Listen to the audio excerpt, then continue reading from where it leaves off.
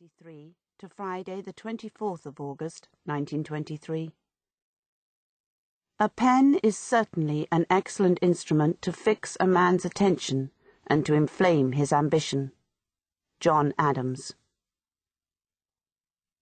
Chapter 1. Alpha. The envelope slapped down onto the desk 10 inches from my much-abused eyes, instantly obscuring the black lines of Hebrew letters that had begun to quiver an hour before.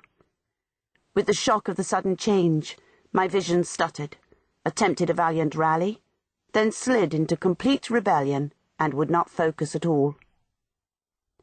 I leant back in my chair with an ill-stifled groan, peeled my wire-rimmed spectacles from my ears, and dropped them onto the stack of notes, and sat for a long minute with the heels of both hands pressed into my eye sockets. The person who had so unceremoniously delivered this grubby interruption moved off across the room, where I heard him sort a series of envelopes, chuck, chuck, chuck into the wastepaper basket, then stepped into the front hallway to drop a heavy envelope onto the table there. Mrs. Hudson's monthly letter from her daughter in Australia, I noted, 2 days early. Before coming back to take up a position beside my desk, one shoulder dug into the bookshelf, eyes gazing, no doubt, out the window at the downs rolling down to the channel. I replaced the heels of my hands with the backs of my fingers, cool against the hectic flesh, and addressed my husband.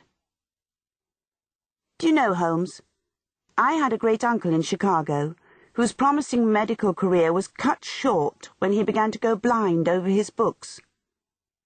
It must be extremely frustrating to have one's future betrayed by a tiny web of optical muscles. Though he did go on to make a fortune selling eggs and trousers to the gold miners," I added. "Whom is it from?" "Shall I read it to you, Russell, so as to save your optic muscles for the metheg and your beloved furtive Partak?" His solicitous words were spoilt by the sardonic, almost querulous edge to his voice. "Alas, I have become a mere secretary to my wife's ambitions. Kindly do not snort, Russell. It is an unbecoming sound. Let me see." I felt his arm come across my desk, and I heard the letter whisper as it was plucked up. "The envelope is from the Hotel Impérial in Paris, a name which contains distinct overtones of sagging mattresses and ominous nocturnal rustling noises in the wardrobe. It is addressed simply to Mary Russell, no title whatsoever. The hand is worthy of